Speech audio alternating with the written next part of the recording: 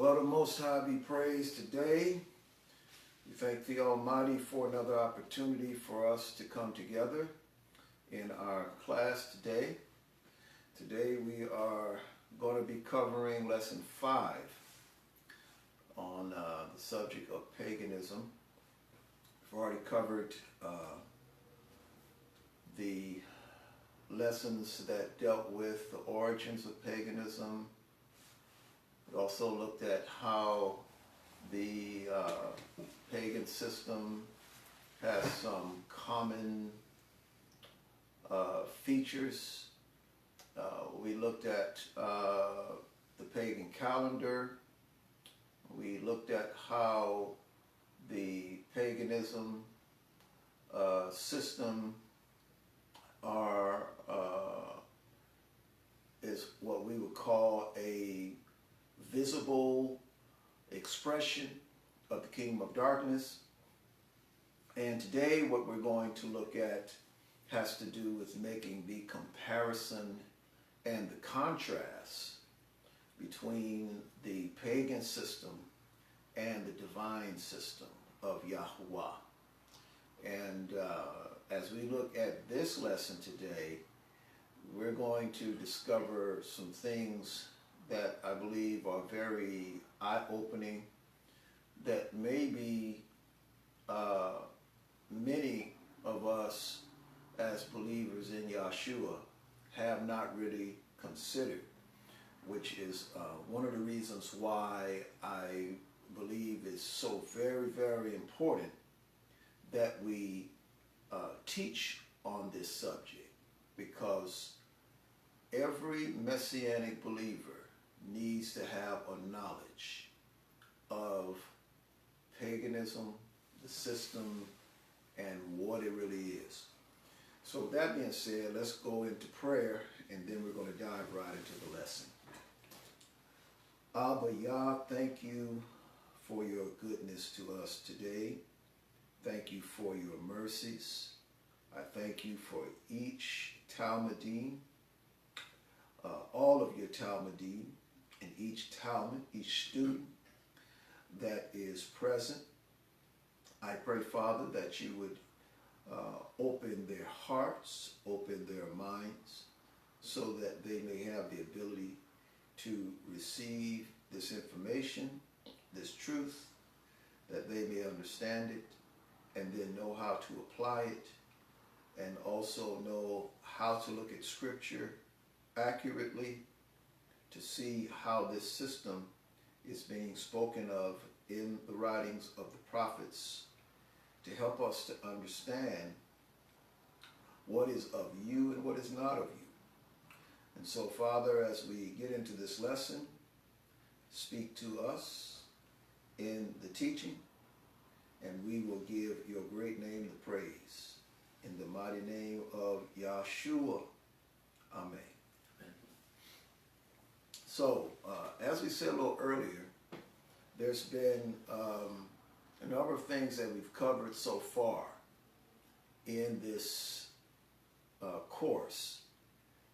And the thing that I hope that I have been able to emphasize in this course is to show how paganism is the vehicle that the kingdom of darkness uses to express itself and to bring mankind to a place where it is completely opposed to the way of the Most High.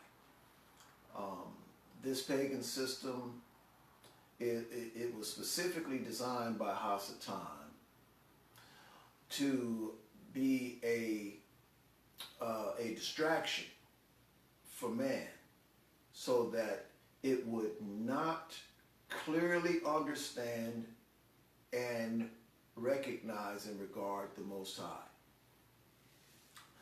So now, as we get into this particular lesson, lesson 5, we're dealing with comparing and contrasting the pagan system with the divine system of Yahuwah.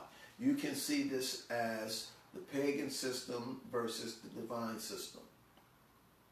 And what we want to do in making these compare and contrast is to be able to show how that there are some striking similarities with the pagan system when we compare it to the system of the Most High, as we look at it as a religious system. Now, we shall look at the pagan system first, and we're going to go over some things and touch on some things that we've already covered, but I need to bring these areas out for the sake of identifying the pagan system so that we can show the differences, so that we can show how the system of the Most High and our faith practice towards the Most High is different. So, the pagan system, as we have stated in earlier lessons, it uses the solar calendar based from the sun. The pagan system, one of the things that is common in all of the expressions of the pagan religious systems is its worship of the sun. We see that in the temples that are built all over the world. We see that in the pyramids. We see that in the ziggurats. So if you go to Egypt, if you go to India, if you go to many places in South America and North America, you will find these pyramids, and those are just some of the places I've named. They, the ziggurats and pyramids of some type are all over the world, which are designed specifically for sun worship. We find that the chief deity of all of the different pagan religious systems is the sun. And as a result of that, sun worship also has with it the determining of the year by looking at the sun. So when you worship a thing, everything that regulates your life is also connected to the thing that you worship. So in the pagan system, since the sun is the chief deity, the calendar is regulated by the sun. Okay? So that's important for us to know. In our last teaching, we had discussed how the pagan calendar, I guess it was a couple of lessons ago, we had talked about how in the pagan calendar there were evidences in it that there was once a calendar that was based off of the moons. And we were looking at the names of the months September, October, November, and December. I don't know if you recall that or not, but when we were looking at that, we noted that September means 7, October, oct means 8, Nov means 9, December, deci means 10. But within the solar calendar, September is the 9th month, October is the 10th month, November is the 11th month, December is the 12th month. And so when we were dealing with those comparisons, we were showing how that when you begin to look at the months according to the lunar cycle, September occurs during the time of the 7th month, when we celebrate tabernacles and Yom Kippur and Yom Teruah, the blowing of trumpets, all those autumn festivals, they all occur in the 7th month on the lunar cycle. So you have September being named. So we saw some evidences there, how that if you are following the lunar cycle, September, October, November, and December would all fall in line numerically. Because in the Hebraic way of thinking, the months, while they were given names over time, initially the months were numbered. And so we see that evidence because there were some changes. The entire world at one point followed the system of the Most High, where the months were all determined by the moon. But as changes took place, in particular with the Greeks and the Romans, the descendants of Yahuwah, we find that they began to change things and do things differently from the original order and arrangement, according to the ancients. So we know that the solar calendar is in the pagan system based upon the worship of the sun. In our day-to-day, in the Western culture, it operates based off of a solar calendar because the systems prior to the modern culture that we have developed everything from the sun because they were sun worshippers, the Romans and the Greeks. So, also in the pagan system, it is polytheistic, which means that there is the worship of many deities, not just one. Okay, so it's polytheism in the pagan system, the worship of many deities. Something that we need to look at in the pagan system that is common is that the sun deity dies and is reborn or resurrected in 3 days during the winter solstice. Now this is something that's interesting here.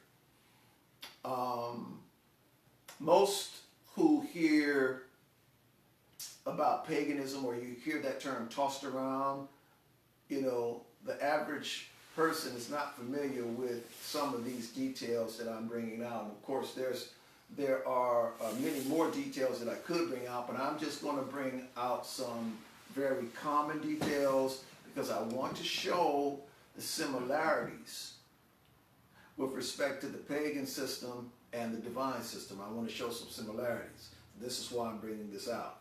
But this particular one, the sun deity dies and is resurrected or reborn after 3 days. So during the period of the winter solstice, the winter solstice occurs on the 22nd of December, and it lasts for 3 days. And on the 25th is the day of the rebirth of the sun or resurrection of the sun. It's regarded as the birthday of the sun in most pagan cultures. And we find that this rebirth is in connection with the death of the sun. Because what happens during winter solstice? You have the sun reaching a point where it shines a very limited amount of time during the day, or the shortest amount of time that the sun shines during the day is regarded as when the sun dies. It's called solstice because the sun stops. And then after 3 days, the sun begins a process of incrementally having longer days. In other words, the daylight begins to increase from day to day, beginning on the 25th of December. So because of this marked change, that is considered to be the day of the sun's resurrection or the sun's rebirth. So it's regarded as the birthday of the sun. This is what's common in paganism. We see this death and resurrection of the sun in 3 days. And when we look at this, we immediately begin to see the similarity of that with what our Messiah Yahuwah did in dying and then after 3 days rising. Okay? We also see that the sun deity is reborn in the wintertime. So the sun deity is born in the winter. All this stuff's happening in the winter with the sun. Another thing we want to look at is with Odin. Now, Odin is the Scandinavian deity, or the deity of the Germanic tribes, but in particular the name Odin is specific to the Scandinavian peoples, which come from Germanic tribes. They called his name Wodan or Godon in the Germanic areas of Germany and in the areas where the Celts are. In those areas, they call him Wodan, which is like where we get the name Wednesday from. It's named after Wodan, which is Odin. So they call him Odin up in Scandinavian area, like Norway, Sweden. But anyway, Odin, the Norse deity, was hung on a tree and died. So this is very interesting to note, that we have a visual of this Germanic deity dying on a tree. And the similarities with this is painting a picture. It's painting a picture that resembles the Messiah dying. And we're going to talk about that when we get to the divine system. But what we're seeing right now, we're seeing the pagan system. We're seeing these commonalities. We're seeing these things in the pagan system that is very important for us to recognize, because if we do not recognize them, we will not be able to understand how Hasatan is working and how he is using the pagan system to get the world's attention, to be drawn away from the Almighty. See, we have right now in the world this idea of all roads lead to the same deity. That's the idea that we have in our world. So when you have this idea present, what happens is that you can take all of the so-called religions of the world and basically say, since they are all similar and they all lead to the same thing, then why don't we just all come together? It's like you might worship this deity by this name, you might worship this deity by this name. And what happens with this saying is that we can just put it all together under one umbrella. All right? Because there's no difference. This is the mindset of the world. Okay? But what we're doing today, as we are describing paganism, and we're going to describe the divine system of Yahuwah, we must show that there is a difference. This is what we're doing. We're showing that there's a difference. So I'm going to keep on with describing the pagan system. In the pagan system, it has annual set apart or holy days in honor of their deities. So they have a system, calendar system of holy days. We talked about those various holy days. We talked about the winter, the spring and fall holy days. We talked about the winter solstice. We talked about the Beltane celebration. We talked about the honoring of Horus. We talked about the deity of light that is born during the time of the winter solstice. All of that's connected with the winter celebrations. We also talked about the fertility celebrations that occurred during the spring.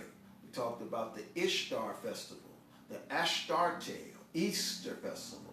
The name Easter, that is very common among Western Christians to use that term.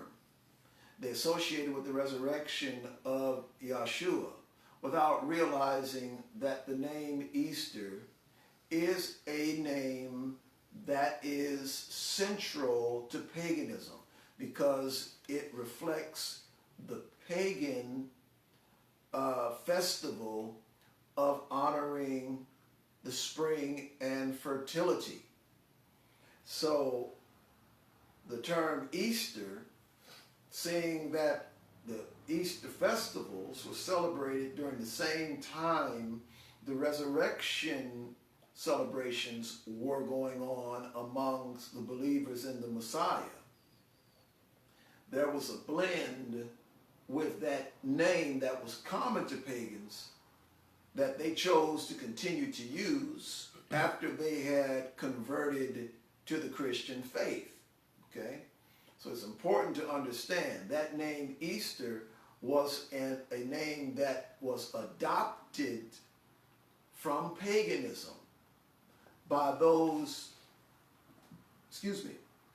by those converts to the faith of Christianity among the pagan Germanic tribes. So it's important to be mindful of that, where that name Easter comes from. And it's still so commonly used today. And not only is that term commonly used, but the term Easter being used as it is, it also has carried along with it the pagan customs of egg painting and bunny rabbits and all of those things. All of those things are part of the pagan fertility worship and has been in practice for over 6,000 plus years. So it's important that we are aware of where these terms come from. And that's a part of the annual holy days among the pagan systems. During the winter, of course, we know about the Day of the Dead, where the deity of death is honored. Samhain is a celebration of the Day of the Dead among the Celtic people, Germanic tribes. So these are things that we've already talked about. Now, another thing we want to know has to do with the fact that the pagan system is described as a woman called Babylon. So from a biblical perspective, the scriptures refer to the pagan system as a woman called Babylon, the mother of harlots. We found that in the book of Revelation, chapter 17, verse 5. Now, in that book, we noted how that when the Apostle John saw this sight that he was amazed by, this woman dressed in scarlet and sitting on a red beast, dragon, if you will. She is called Babylon, the mother of harlots. So the reason why she is called this is because when we look at the pagan system and its origins, we go back to the city of Babel. We go to Babylon, where Nimrod was king of Babylon. This is where we go. And he was the one who introduced the pagan, what we call pagan, system of worship. And the reality is that Nimrod really resurfaced this whole religious system from the pre-flood days. Because in the pre-flood era, when the angels married women and produced giants in the earth, that was when the worship of these angels and also these sons of these angels began to take place. So whatever they had going on prior to the flood is what Nimrod resurfaced and then began to really promote. And after the confounding of the languages, this religious system began to spread to all of the regions of the known world. And that happened because people who were now speaking different languages and carrying the same religious system, they just had different names for their different deities.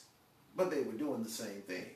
They were worshiping the deity of the sun, the moon, the stars. They were worshiping these creations instead of the Creator himself.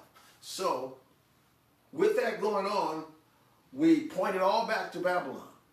It all goes back to Babylon. So Babylon is regarded as the mother of harlots. The mother, notice, mother of harlots.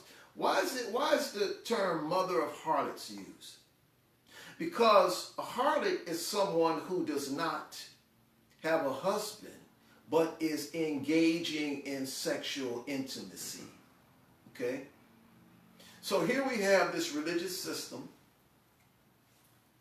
that is engaging with the nations of the world, but does not have a husband. See, the Most High is the owner of everything.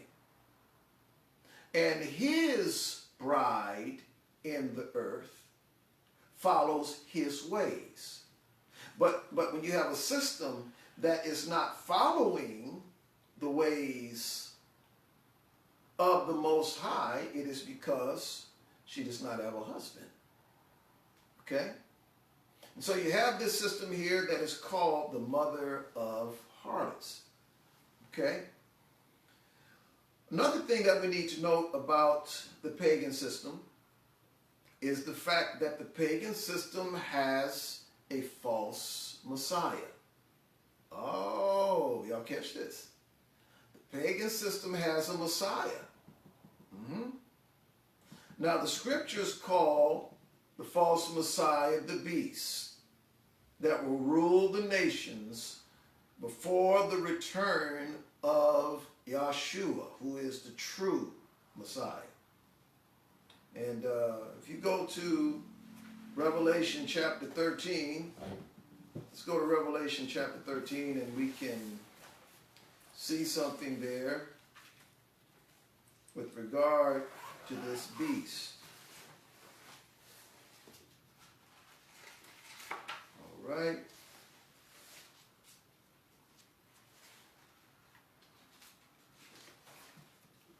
Chapter 13, Revelation.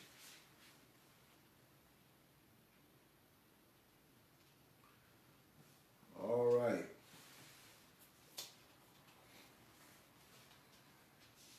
I'm going to read some things here. Let me go to all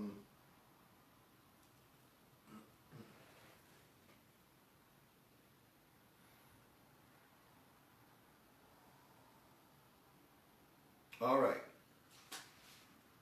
Yeah, I'm going to read a little bit here. I'm going to start at verse 2, and then I'm going to continue reading, because I want us to get an idea of this false Messiah called the beast. Okay? In the second verse, it says, "And the beast that I saw was like a leopard. Its feet were like a bear's, and its mouth was like a lion's mouth. And the dragon gave it his power and his throne and great authority. One of its heads seemed to have received a death blow, but its mortal wound had been healed. In amazement, the whole earth followed the beast." See that? It's going to rule over the nations before the coming of the Messiah. It says, in amazement, the whole earth followed the beast. They worshiped the dragon, for he had given his authority to the beast. And they worshiped the beast, saying, "Who is like the beast? And who can fight against it?" The beast was given a mouth uttering haughty and blasphemous words, and it was allowed to exercise authority for 42 months. It opened its mouth to utter blasphemies against Elohim, blaspheming his name and his dwelling, that is, those who dwell in heaven. Also, it was allowed to make war on the saints and to conquer them. It was given authority over every tribe and people and language and nation, and all the inhabitants of the earth will worship it. Everyone whose name has not been written in the foundation of the world in the book of life of the Lamb that was slaughtered. But anyone who has an ear to listen or to hear. If you are to be taken captive, into captivity you go. If you kill with the sword you must be killed. Here is a call for endurance and faith of the saints. So here's just a description that we find in these verses about the beast and about how this false Messiah will have dominion over all the nations. This will be the time prior to Messiah's return to destroy the kings of the earth and this beast kingdom. There will be a false Messiah. And this false Messiah is the awaited Messiah among those of the pagan world. Okay? So it's very important that we understand. When we look at the system of idolatry in the world, and we see how people worship these images and these things, and they have their own holy days, what we need to be mindful of is that they have a religious system, just like the Most High has a religious system that he has ordained for his people. The pagans of the world have a religious system. They have a religious calendar. They have a Messiah who has died and has come back to life. So they have all of these commonalities that are very similar to the system of the Most High that we follow and embrace with Yahshua the Messiah. Now, the thing that most believers are not familiar with is the fact that within the pagan system, and this is just simply because most believers are not informed about these details with respect to the pagan system. They aren't aware of the fact that the pagan system has a Messiah, that its Messiah, their belief is that, dies and rises after 3 days. So in looking at these things, when a believer who is not familiar with the pagan system begins to hear that the pagans have a Messiah, and their Messiah is very similar to Yahshua the Messiah, that their deity dies and then rises after 3 days, what happens is that it can cause the believer to then begin to think that all religions are the same. Is this making sense? This is what happens. And there are many today, once they find out, many believers in Yeshua, once they find out about the pagan system, there have been many who have apostatized. I've watched some videos where I saw this one particular Baptist preacher who had his doctorate in ministry. When he began to look into the religion of Egypt and began to notice that the trinity of Osiris, Isis, and Horus was very similar to, within the Christian faith, Father, Son, and Holy Spirit, and that Horus is the son that died and then came back to life. He began to realize that the Egyptian religion has all of the same similar factors in it as Christianity. And when he saw it, he began to say within himself that Christianity was a religion that was constructed by Europeans, because he was a black man now, but his deduction was that the Europeans derived their belief system from the Egyptians and created a different form of the same type of religion. And this is the thing that we see happening not only with that particular example, but with many others. In our day-to-day, one of the things I've noticed living up here in the Washington region is that there are many people who are of Scandinavian background, Norwegian, and I find that they are wearing necklaces that has Thor's hammer on it. I've noticed this. And it is because that there has been a resurgence of, or revival, shall I say, of the pagan religions. You have people who are connecting with their ancient pagan culture because they discover that, their ancestors celebrated this stuff.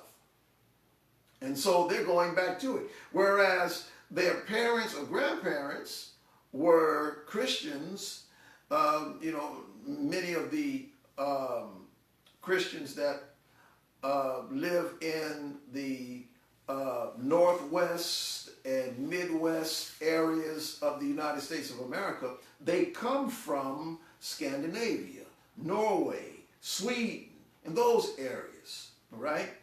And those peoples in those areas, at least the ones that have populated the United States of America, regard themselves as Christians. Most of them were probably Lutherans or Presbyterians, as far as their denomination was concerned.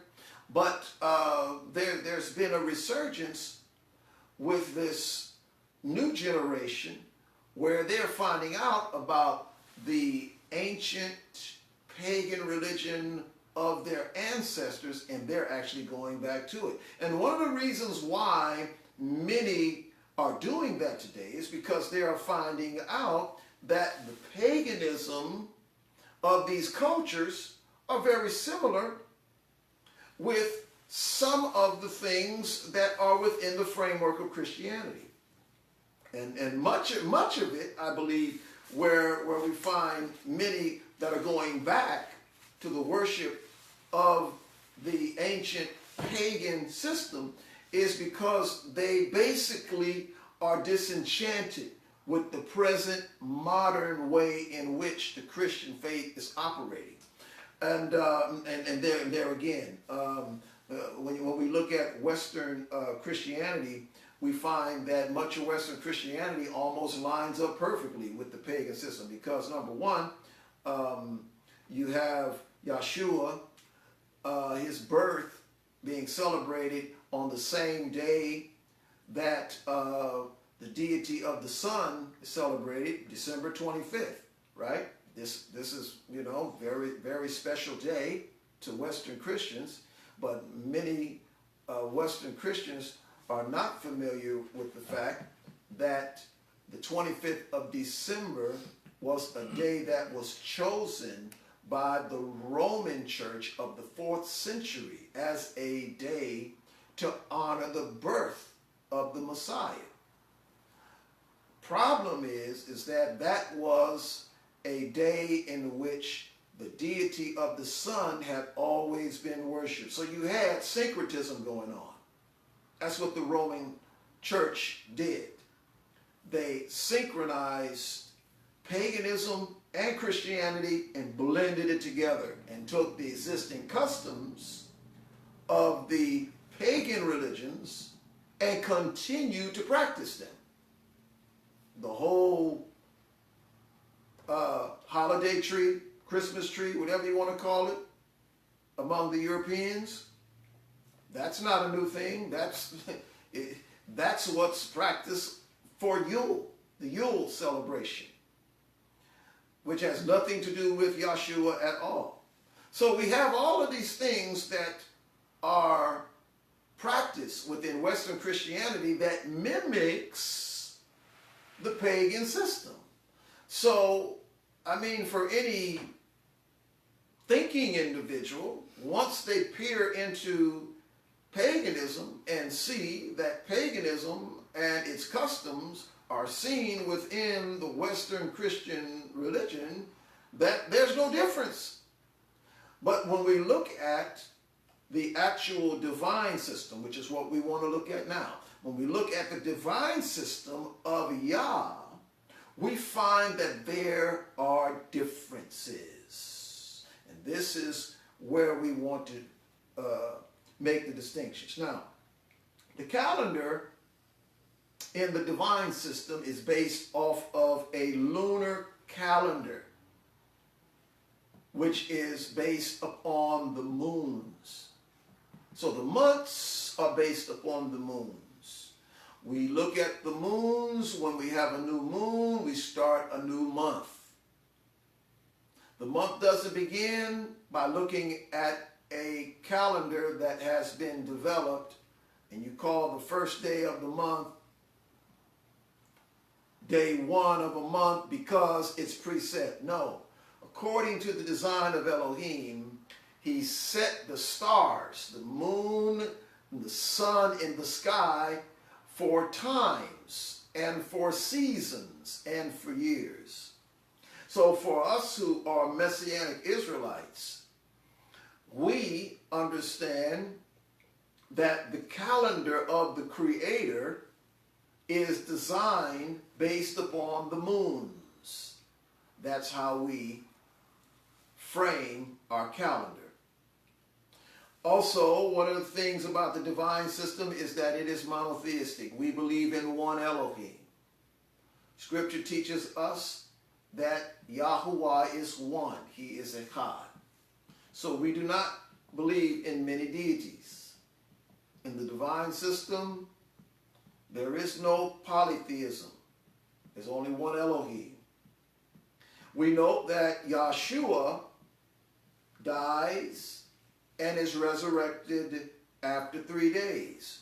So we see the similarity with Yahuwah dying and rising after 3 days, the same as with the pagan system, that there is a death of their deity, their sun deity, and that there is a rising after 3 days. But here's the difference with Yahuwah and the deity of the sun. The sun deity dies and rises during winter solstice in the winter. Yahuwah died and rose in the spring. All right? So we have a difference. Okay? Let's pay attention to the difference. Yahuwah was born in late summer. The sun is born during the winter time. All right? Those who believe that Yahuwah was born on December 25th, you're not familiar with the fact that all of that was synchronism that was going on. There was Christian faith and pagan culture being blended together. And in order to take a paganized people and bring them in under the umbrella of Christianity, the Roman church system felt it was necessary to keep those customs that they were already accustomed to, but just overlay it with Christian names and names of their new deity. Okay?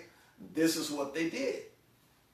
But Yahuwah was born in the late summer. That's when he was born, in the late summer.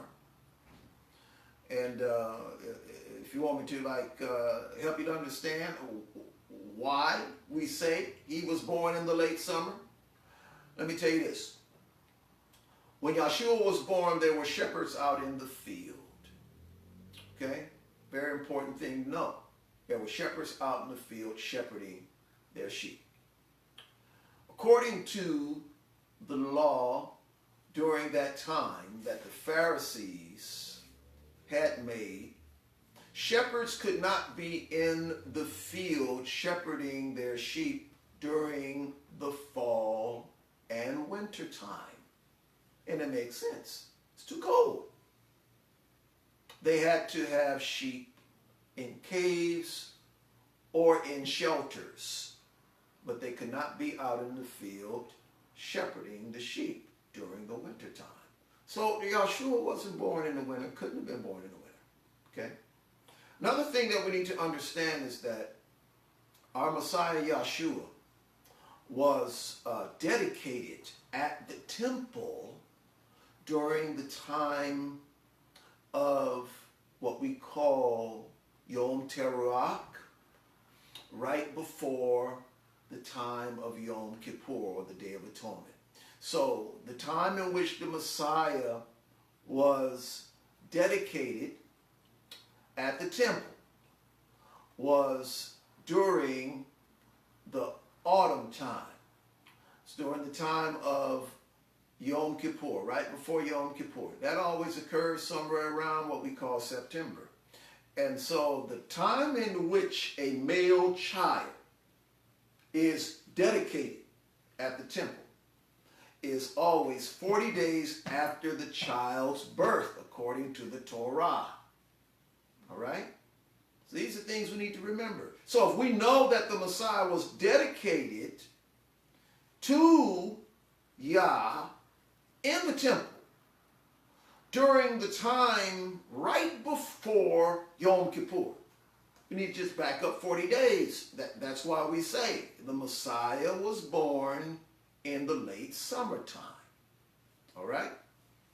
So we see differences here. We see differences in the resurrection of the Messiah and the birth of the Messiah in contrast to the deity of the sun in the pagan system. Also, what we see when it comes to the Moedim of the Almighty, the Moedim of the Almighty has a weekly and annual Moedim. And our Moedim are different from the holy days of the pagans. The holy days of the pagans emphasizes worship of the sun, worship of the fertility deities, and the worship of the deity of the dead.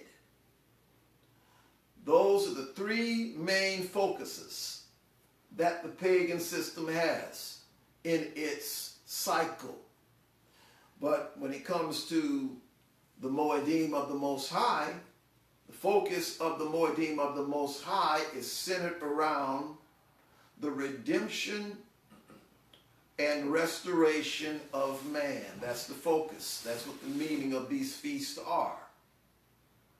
And it all points to certain aspects of the work of the Messiah. So there's a message there. Also, the people of the system of Elohim, Israel, the Messianic Israelite community, are described as a woman wearing a crown of 12 stars. Let's go to Revelation chapter 12, verse 1. Now we saw that the pagan system describes its system as a woman being called the mother of harlots, but the people that follow the system of the Most High are also regarded as a woman.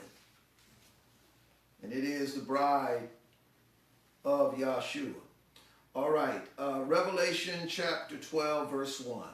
It says, a great portent appeared in heaven, a woman clothed with the sun.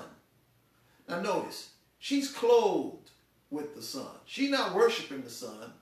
She's clothed with it. All right? All right. And it says, with the moon under her feet. Now, she don't worship the moon and she don't worship the sun. She's clothed with it. You know what Elohim said about man? That man is supposed to have dominion over the works of his hands. So we see the woman clothed with the sun, the moon under her feet, and on her head a crown of 12 stars. So she's seen as a queen. And the 12 stars represent the 12 tribes of Israel. All right?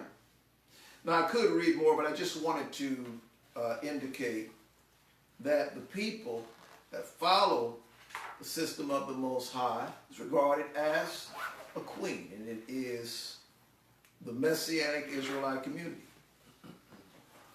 Lastly, the system of Yahuwah has a Messiah that will return to overthrow the beast and rule on earth from Jerusalem.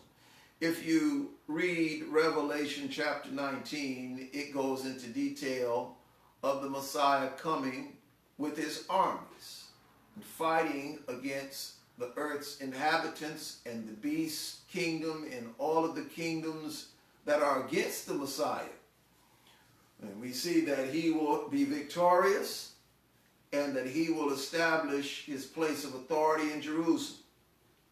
Now, the ultimate goal of the pagan system used by the kingdom of darkness.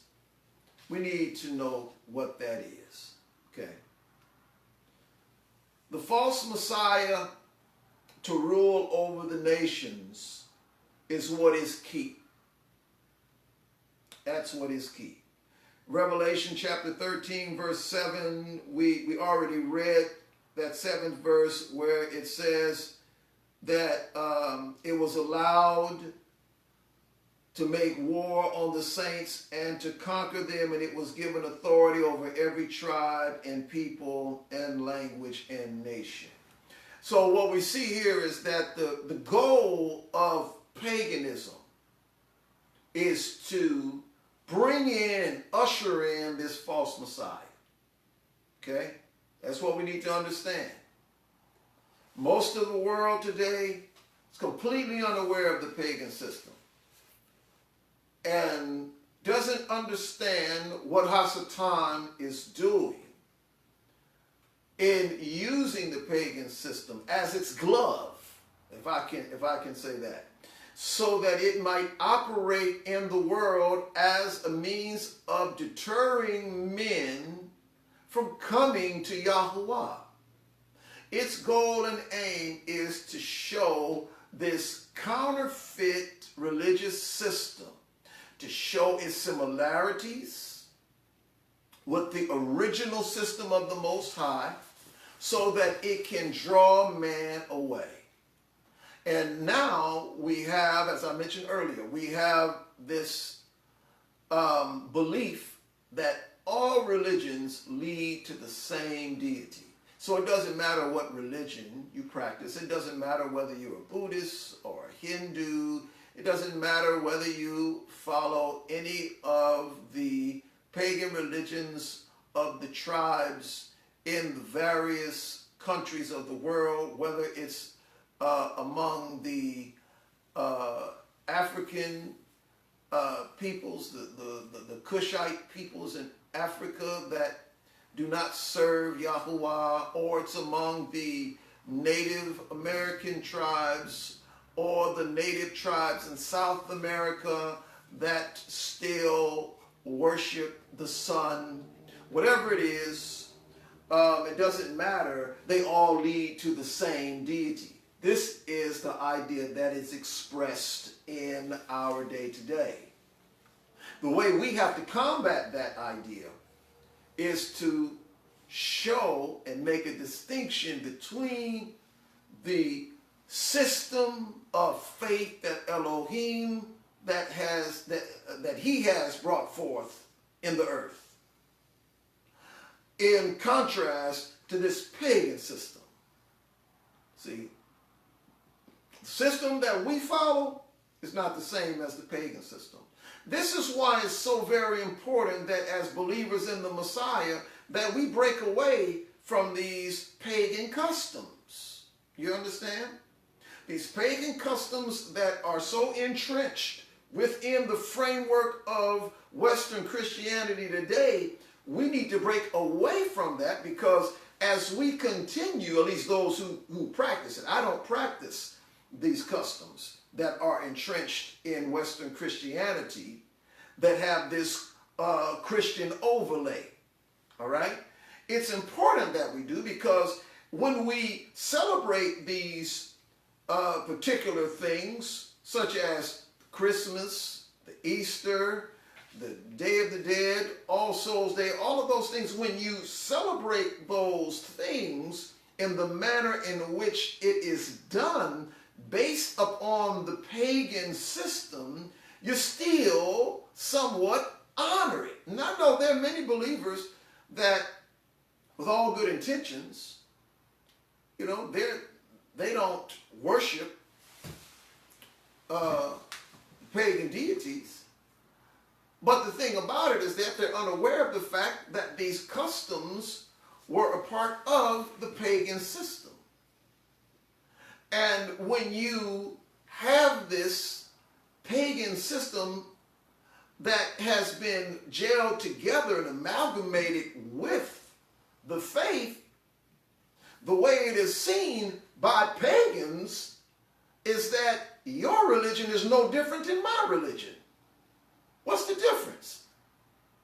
Now, yeah, we believe in the Messiah. We understand that, but from the perspective of the pagan.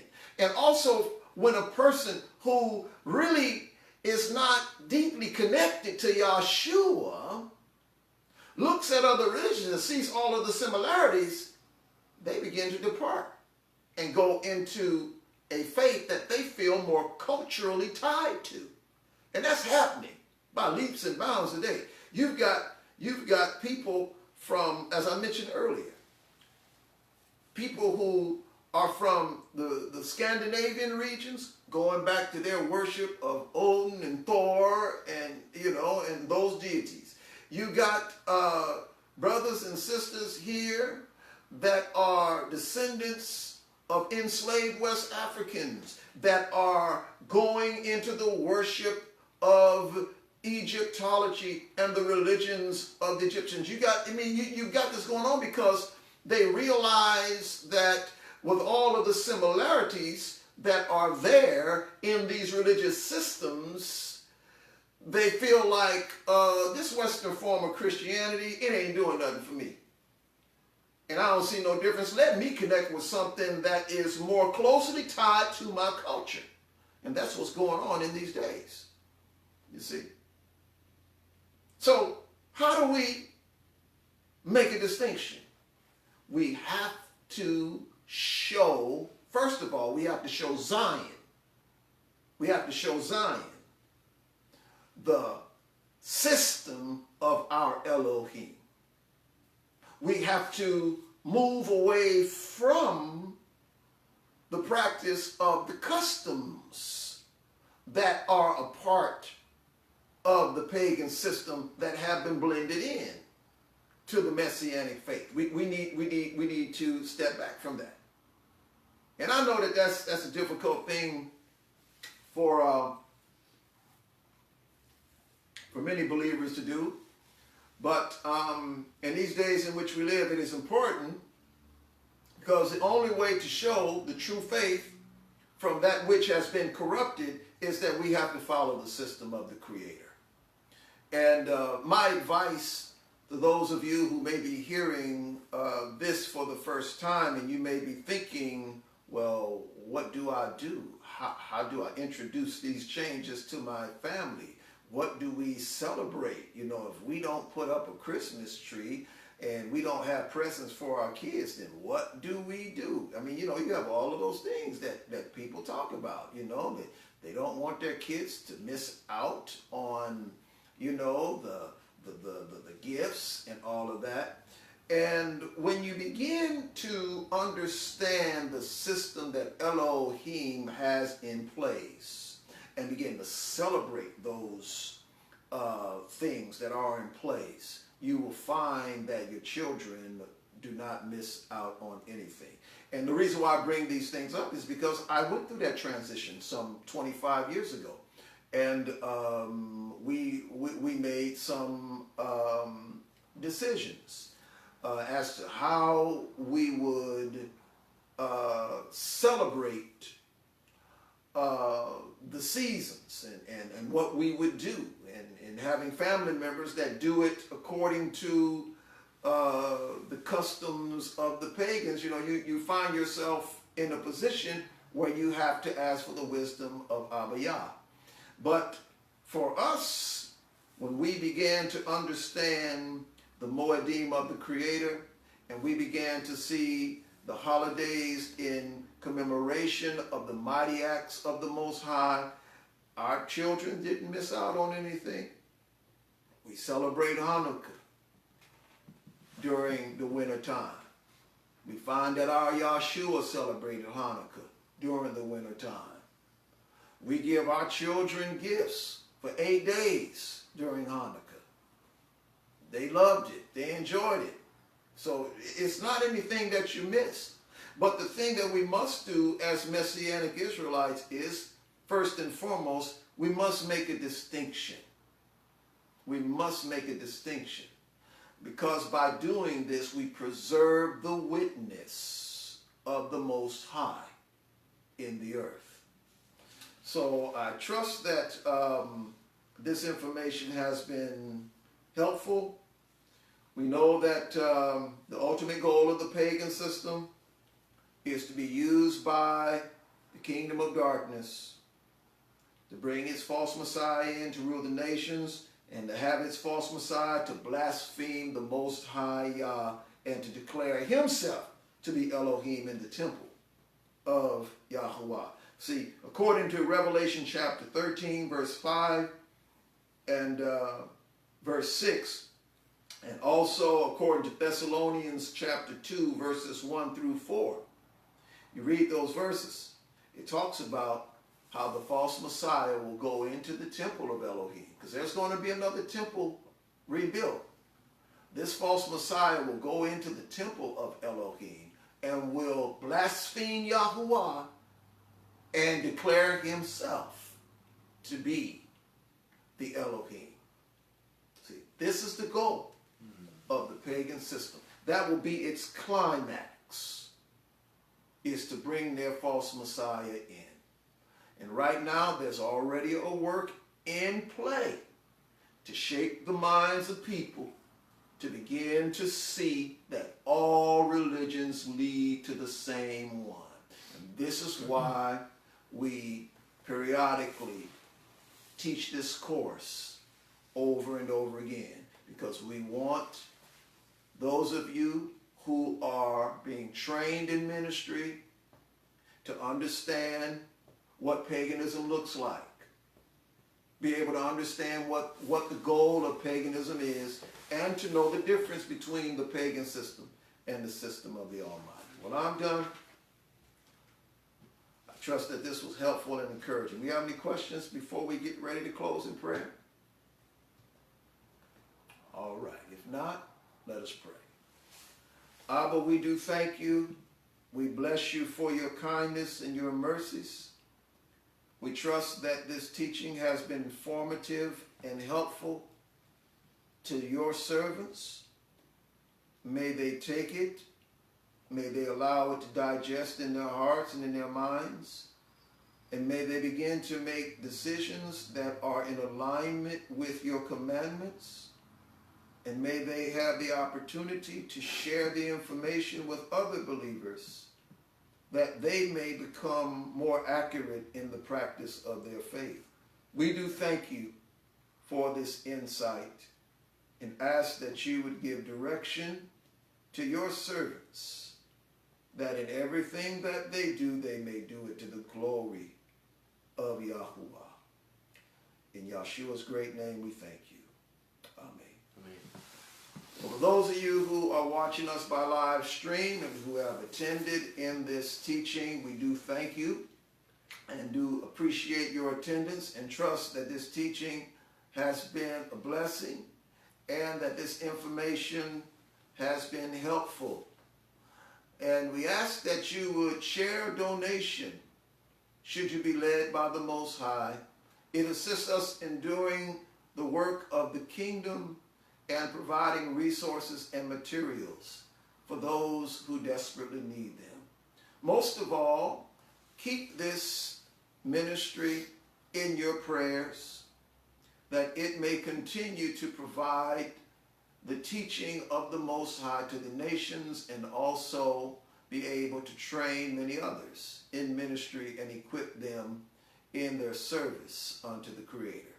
Well, the Most High be praised. Thank you again for watching. Shalom to each one of you and your families.